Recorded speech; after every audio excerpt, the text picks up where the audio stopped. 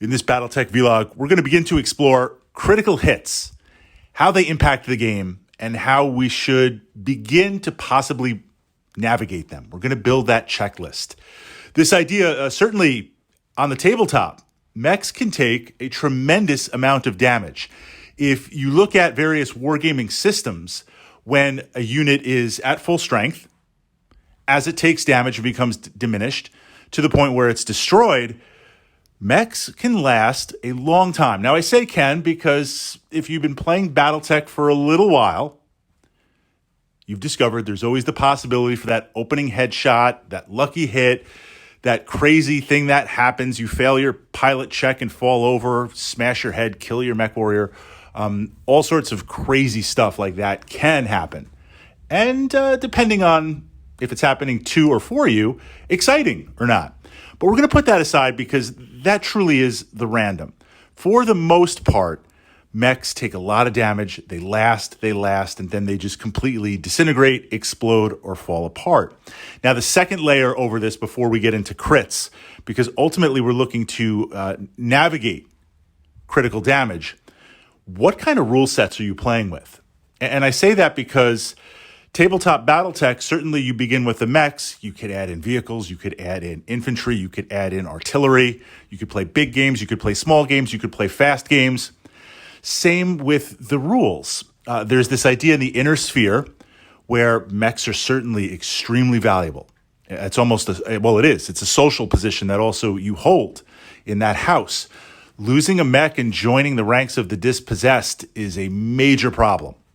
So with that, you're allowed to power down. And generally speaking, if you power down, that mech is off limits from being destroyed. Now, it might be captured and ransomed back. It might be allowed to withdraw off the table when the engagement's over. Depends on the house, depends on the rules, depends on the mission. But there's also force withdrawal. This idea of when you take internal damage to a mech and it starts to really get to that point where it could be destroyed, it's threatened, you will begin backing off the table.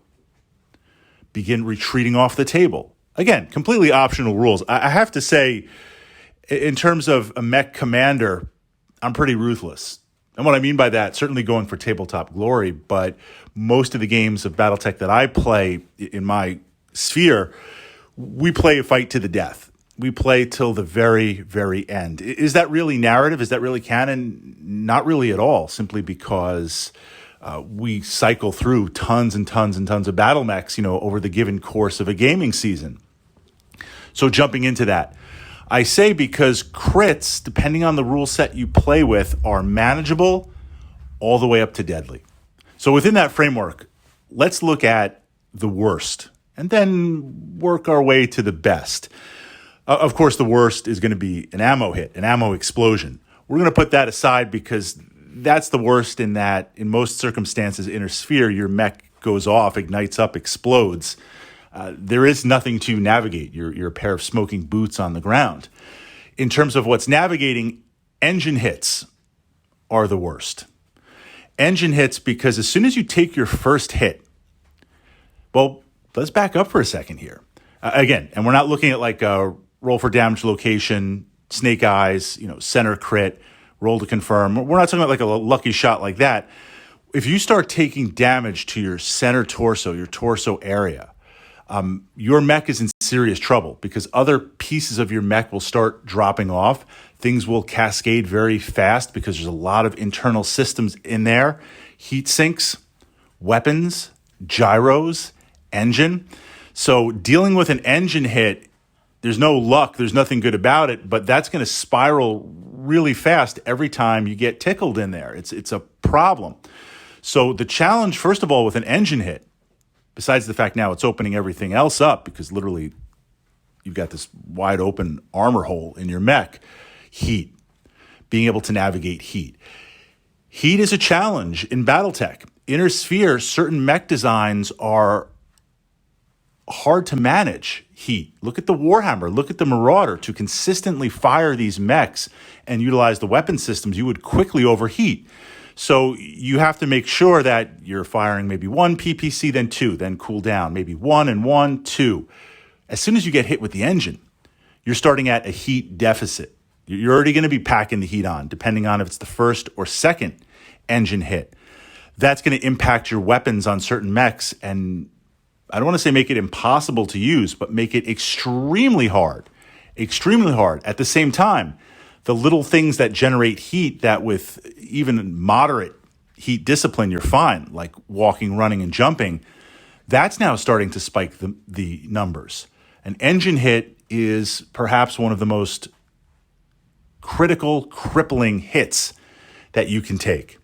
Now, this is where the weapon configuration loadout does change. If you're autocannon based, then you could still possibly fight. If it's a heavier type mech or a medium with a mix, you could shut down the energy weapons, so to speak, not fire them, not use your PPCs, use autocannons and lower heat like missiles, but you're still working on that deficit, and you've still got this huge hole punched in there.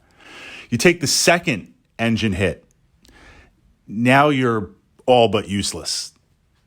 You're in a lot of trouble because now the heat is really stacking on, moving, and further openings in your armor.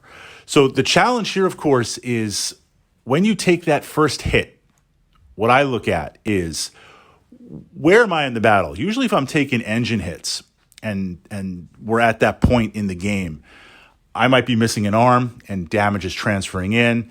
We might be at point blank, danger close, 2 lances, 3 or 4 hexes at back. No one is retreating. It's just who's going to outlast who. So withdrawing is not always an option. On a side tactica, we've explored this. I've pushed this up to the playlist here, the Battletech playlist. Initiative is important. Being able to maintain initiative and match initiative even when you lose it. This is why, even if it's just a lance on lance, losing one mech is a big deal, not only in battle value, weapons output, and one last piece, but now you are down initiative.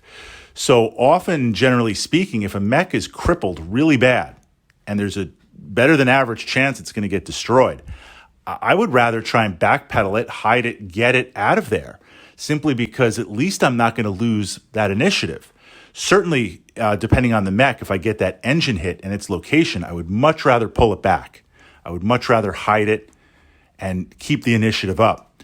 But when we're really, really close like that, the next question, of course, is, can I get to physical attacks? Now, I'm a big fan of physical attacks. I love the Banshee. I love other mechs that participate in that. If I can't back out and backpedal, because literally both of our lances are engaged, then can I at least move up and use that tonnage and not generate heat, but still potentially deal damage? Of course, the big questions here are, do I even have arms for physical attacks? I could be engine hitting because the damage of my arms being blown off, transferring in, finally caught up with my engine. It also depends on the tonnage, but that's a 1 in 6 chance of hitting head, of hitting other targets. Of course, I'm going to get hit back with physical attacks, but I can control it a little bit more. So do I push in further? The last kind of piece, and I had this happen with a Stalker, and again, it's not in canon at all. I had a Stalker holding the line, was doing well, essentially just was ready to just fall apart. Engine hits, one engine hit, multiple heat hits, damage to one of the legs, movement cut. It wasn't going anywhere. At that point, I kind of make a decision. I'm going to alpha strike. You know, that mech warrior knows, look, he's not going to power down. The forces are not going to allow him to or her to surrender. Let's just go in and fire off everything. So I say that also because while you always look for another round, and I did fire off everything, and I actually crippled an Atlas. Wasn't happy with the trade, but it was the type of thing, looking at it, this mech, this Stalker in this example, it's going out. I mean, it's just not going to last. It's got one more turn. This is it. In this firing phase, it's going to get cored out. It's just going to just fall apart into a heap. So let's fire absolutely everything and play conservative. Not be like, let's fire at that fresh mech that's in good shape and maybe I'll get lucky. No, like, if I'm going to lose this and lose an initiative sync in battle value and weapons, can I at least trade like for like? So that's the other part. If you can't escape, if you can't hide, if you can't keep the initiative up, you can't close in, and that engine hit is killing you and the rest of the mech is killing you and you feel you're not going to survive, in my opinion, then what can I at least trade value for value? But in terms of crits, and we're going to look at gyros next, in terms of crits, the engine is tough because heat management alone is massive in Battletech. Now, if you're starting with heat and you're building heat every turn, that cuts into your weapon systems, that cuts into movement, that could cut into firing. Also asking the question, if it was not a lucky hit, then what else is exposed? So yeah, your engine is a problem, heat is a problem, but what else can you take that critical hit for? Is that mech going to be around any longer? Do you preserve it or try to preserve it? Or do you close in and at least try to trade like for like?